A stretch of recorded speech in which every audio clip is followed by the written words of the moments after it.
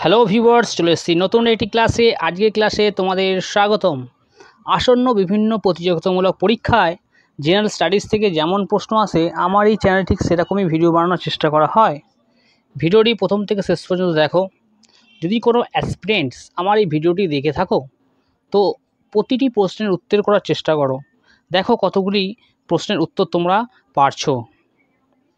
দেখো যদি 80% অ্যাভাব প্রশ্নের উত্তর করে থাকো এবং তোমাদের প্রশ্ন রাইট হয়ে থাকে, তাহলে তোমাদের প্রস্তুতি অবশ্যই ভালো জায়গায় আছে। আর যদি তার থেকে কম হয়ে থাকে, তাহলে অবশ্যই মন খারাপ করার প্রয়োজন নেই। তোমরা আবার প্রথম থেকে পড়াশোনায় মনোনিবেশ করো। দেখো, দেখবে তোমাদের প্রস্তুতি আরও সুন্দর জায়গায় যাবে। এই ভিডিও শুরু করার কয়েকটি কথা নিয়ে আলোচনা করতে চাই। আসন্ন যে লোকসভা ভোট চলছে, সেই ভোটের পরিপ্রেক্ষিতে এখন বিভিন্ন পরীক্ষার নোটিফিকেশান যেগুলো আগে বেরিয়েছিল, তারও পরীক্ষা এখন হয়নি বা হচ্ছে না। প্লাস আসন্ন WBCS পরীক্ষার যে নোটিফিকেশান, সেটাও এখন আসছে না। তাই বলে ছাত্রছাত্রীদের মধ্যে যে প্রস্তুতির যে সমাবেশ বা পড়ার যে একটা বাতাবরণ, সেটা কিছুটা হলেও কমেছে। তো এই আবহে তোমরাও যদি গা ভাসিয়ে দাও, তাহলে তোমাদের প্রস্তুতি কিন্তু ঠিক সঠিক জায়গায় পৌঁছাবে না। খেয়াল করবে, তুমি যখন এই রেস্ট নিয়ে আছো বা বিশ্রামে আছো, অন্যজন কিন্তু তার প্রস্তুতি চালিয়ে তোমার থেকে এগিয়ে যাচ্ছে। এই কম্পিটিশানে সে ফাইট করে বেরিয়ে যাবে। অতএব তোমাদেরকে হাল ছাড়লে চলবে না। এরকম ভোট, এরকম পরীক্ষার বিরতি আসবেই, নোটিফিকেশান কোনো না কোনো দিন আসবেই, তার পরীক্ষা ঠিক হবেই। কিন্তু সেই সময়ে তোমার যদি প্রস্তুতি ঠিক না থাকে, তাহলে কিন্তু তুমি সবার থেকে পিছিয়ে যাবে। অতএব প্রস্তুতি কিন্তু তোমাদের চালিয়ে যেতে হবে। দিনে যেখানে পরীক্ষার সময় 7-8 ঘন্টা 5-6 ঘন্টা পড়া হয়, সেই জায়গায় এখন অন্তত মিনিমাম 2-3 ঘন্টা তো পড়তেই হবে। তাহলে তোমার প্রস্তুতি অবশ্যই ঠিক জায়গা থাকবে। নাহলে যা পড়েছো, যা প্রস্তুতি নিয়েছো, ক্রমে সেগুলি ভুলে যাবে। তা কথা না বাড়িয়ে আজকের ক্লাস শুরু করতে চলেছি। দেখো তোমাদের প্রশ্নগুলো এবং প্র্যাকটিস করো। Practice makes a man perfect, একটি কথা আছে। তুমি যত প্র্যাকটিস করবে, তত তুমি পারফেক্ট হবে, এবং পারফেক্ট হলেই দেখবে ঠিক তেমনই ফল পরীক্ষায় আসবে। তো কথা না বাড়িয়ে শুরু করছি আমাদের প্রথম প্রশ্ন। আমাদের প্রথম প্রশ্ন হলো,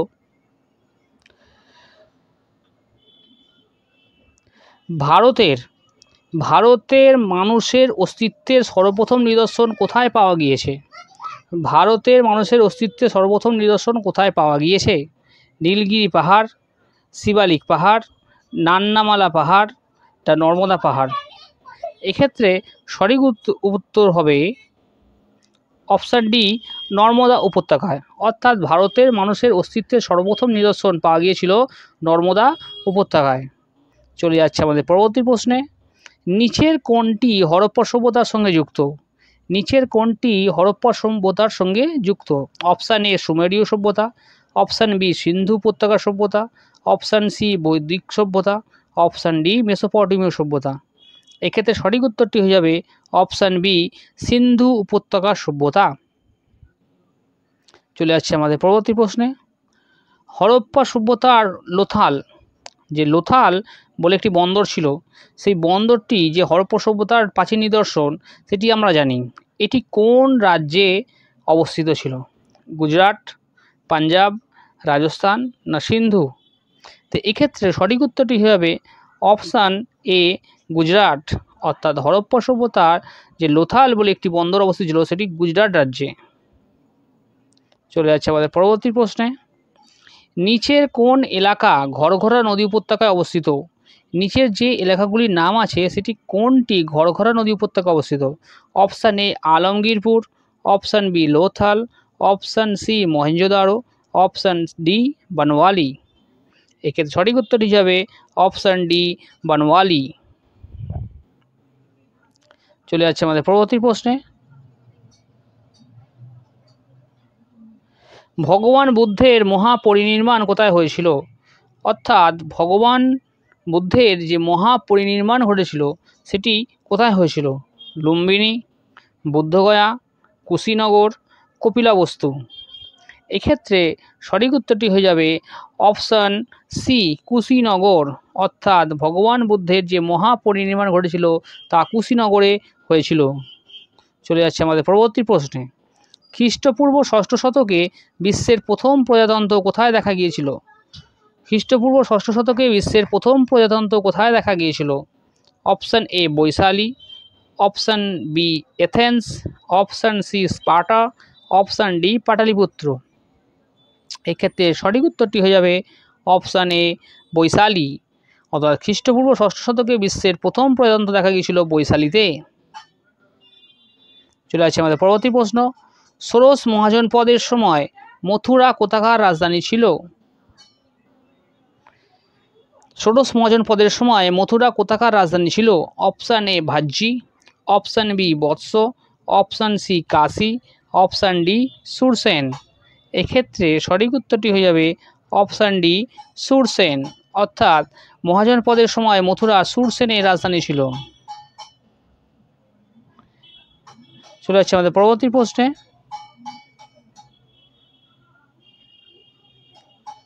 নিচের কোনটিকে প্রিন্স অফ ম্যাকিয়াভেলির সঙ্গে তুলনা করা হয়?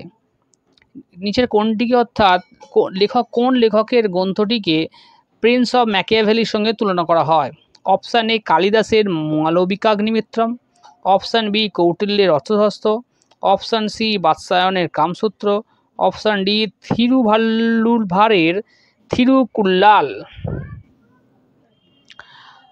এক্ষেত্রে সঠিক উত্তরটি হয়ে যাবে অপশান বি কৌটিল্যের অর্থশাস্ত্র। অর্থাৎ কৌটিল্যের অর্থশাস্ত্রকে প্রিন্স অফ ম্যাকিয়াভেলির সঙ্গে তুলনা করা হয়। চলে যাচ্ছে আমাদের পরবর্তী প্রশ্নে। গুজরাট যে চন্দ্রগুপ্ত মৌর্যের রাজ্যের অংশ ছিল তা প্রমাণিত হয় কি থেকে? গুজরাট যে চন্দ্রগুপ্ত মৌর্যের রাজ্যের অংশ ছিল তা প্রমাণ হয় কি থেকে? অপশান এ গ্রিক তত্ত্ব থেকে, অপশান বি রুদ্রদমনের জুনাগড় শিলালিপি থেকে, অপশান সি জৈন প্রথা থেকে, অপশান ডি অশোকের স্তম্ভলিপি থেকে। এক্ষেত্রে সঠিক উত্তরটি হয়ে যাবে অপশান বি রুদ্রদমনের জুনাগড় শিলালিপি থেকে। অর্থাৎ গুজরাট যে চন্দ্রগুপ্ত মৌর্যের রাজ্যের অংশ ছিল তা প্রমাণিত হয় রুদ্রদমনের জুনাগড় শিলালিপি থেকে। চলে যাচ্ছে আমাদের পরবর্তী প্রশ্নে। কোন শাসকরা একা ব্রাহ্মণ উপাধি ব্যবহার করতেন? কোন শাসকরা একা ব্রাহ্মণ উপাধি ব্যবহার করতেন? Option A Pushyamitra Shunga, option B Kharavela, option C Gautamiputra Satakarni, option D দ্বিতীয় পুলকেশী। এক্ষেত্রে সঠিক উত্তরটি হিসাবে অপশান সি গৌতমীপুত্র সাতকর্ণী। চলে আসছে আমাদের পরবর্তী প্রশ্নে। চান্ডেলা শাসকরা কি নির্মাণ করেছিলেন? নিম্নে যে সকল স্তূপ, মন্দির বা কারুকার্য, ভাস্কর্য ইত্যাদি উদাহরণ আছে সেগুলির মধ্যে কোনটি চান্ডেলা শাসকরা নির্মাণ করেছিলেন? অপশান এ সাঁচি, option B Ujjain, option C Gwalior, option D Khajuraho. এক্ষেত্রে সঠিক উত্তরটি হয়ে যাবে অপশান ডি খাজুরাহ।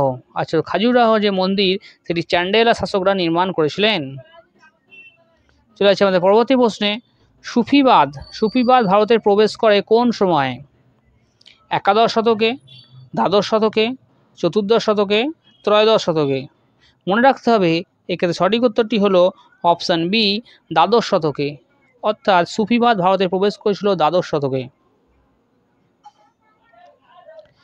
আমাদের পরবর্তী প্রশ্ন হলো পল্লব চোল যুগের স্থাপত্য কী নামে পরিচিত? পল্লব চোল যুগের স্থাপত্য কি নামে পরিচিত? পল্লব, চোল, নাগার না দ্রাবিড়? এক্ষেত্রে সঠিক উত্তরটি হিসাবে অপশান ডি দ্রাবিড়। অর্থাৎ পল্লব ও চোল যুগের যে স্থাপত্য সেটা এক কথায় দ্রাবিড় স্থাপত্য বা দ্রাবিড় ভাস্কর্য নামে পরিচিত। চলে যাচ্ছে আমাদের পরবর্তী প্রশ্নে। সৌন্দরানন্দ কার রচনা? অশ্বঘোষ, বাণভট্ট, ভবভূতি না ভাস? এক্ষেত্রে সঠিক উত্তরটি হিসাবে অপশান এ অশ্বঘোষ। অর্থাৎ সৌন্দরানন্দ অশ্বঘোষের রচনা। চলে যাচ্ছে আমাদের পরবর্তী প্রশ্ন। মত্তবিলাস প্রহসনের লেখক কে? অপশানগুলি হলো গৌতমীপুত্র সাতকর্ণী, রুদ্র দমন, মহেন্দ্র বর্মন, ভাস। এক্ষেত্রে সঠিক উত্তরটি হবে অপশান সি, মহেন্দ্র বর্মন, অর্থাৎ অপশান সি হলো রাইট অ্যান্সার। চলে যাচ্ছে আমাদের পরবর্তী প্রশ্নে। বিখ্যাত জৈন পণ্ডিত হেমচন্দ্র কার রাজসভায় ছিলেন? বিখ্যাত জৈন পণ্ডিত হেমচন্দ্র কার রাজসভায় ছিলেন? Option A Amoghavarsha, option B Kumarapala, option C Jayasimha Siddharaja, option D Vidyadhar.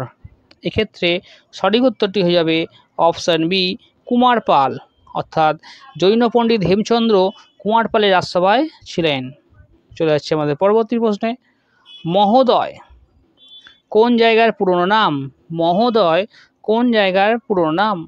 অপশানগুলি হলো এলাহাবাদ, খাজুরাহো, কৌনজ না পাটনা।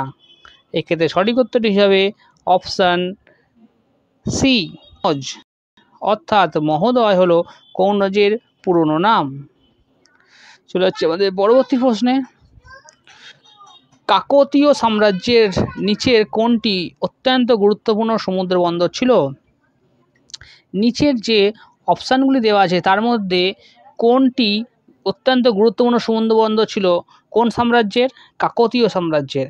অপশানগুলি হলো Kakinada, option B Motupalli, option C Masulipatnam, option D Nellore. এক্ষেত্রে সঠিক উত্তরটি হিসাবে অপশান বি মট্টুপাল্লি। মট্টুপাল্লি হলো একটি অত্যন্ত গুরুত্বপূর্ণ সমুদ্র বন্দর। চলে যাচ্ছে আমাদের পরবর্তী প্রশ্নে। ভারতীয় উপমহাদেশে কৃষিকাজের প্রাচীনতম নিদর্শন কোথায় পাওয়া গেছে?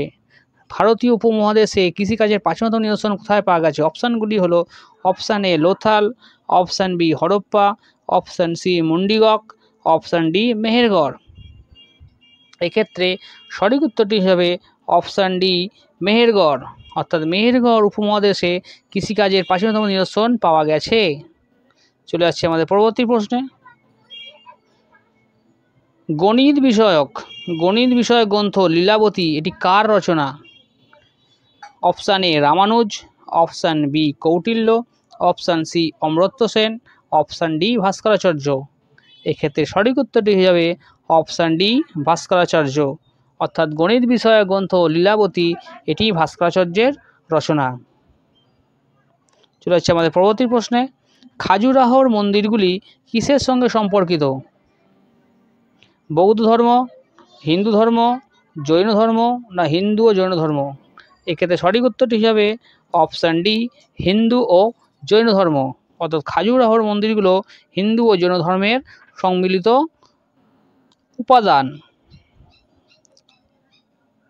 আমাদের পরবর্তী প্রশ্ন হলো চোল আমলের গ্রাম প্রশাসন সম্বন্ধে বিশদ তথ্য পাওয়া যায় কোন লিপি থেকে?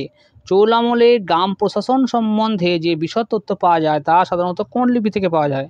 অপশানগুলি হলো Thanjavur, option B Uraiyur, option C Kanchipuram, option D Uttaramerur. এক্ষেত্রে সঠিক উত্তর হবে এবং মনে রাখতে হবে অপশান ডি উত্তর মেরুর, অর্থাৎ উত্তর মেরুর থেকে চোল আমলের গ্রাম প্রশাসন সম্বন্ধে বিশদ তথ্য পাওয়া যায়। চলে যাচ্ছে আমাদের পরবর্তী প্রশ্নে। সংস্কৃত ভাষার কবি ও নাট্যকার কালিদাসের উল্লেখ রয়েছে কোথায় বা কার লেখায়?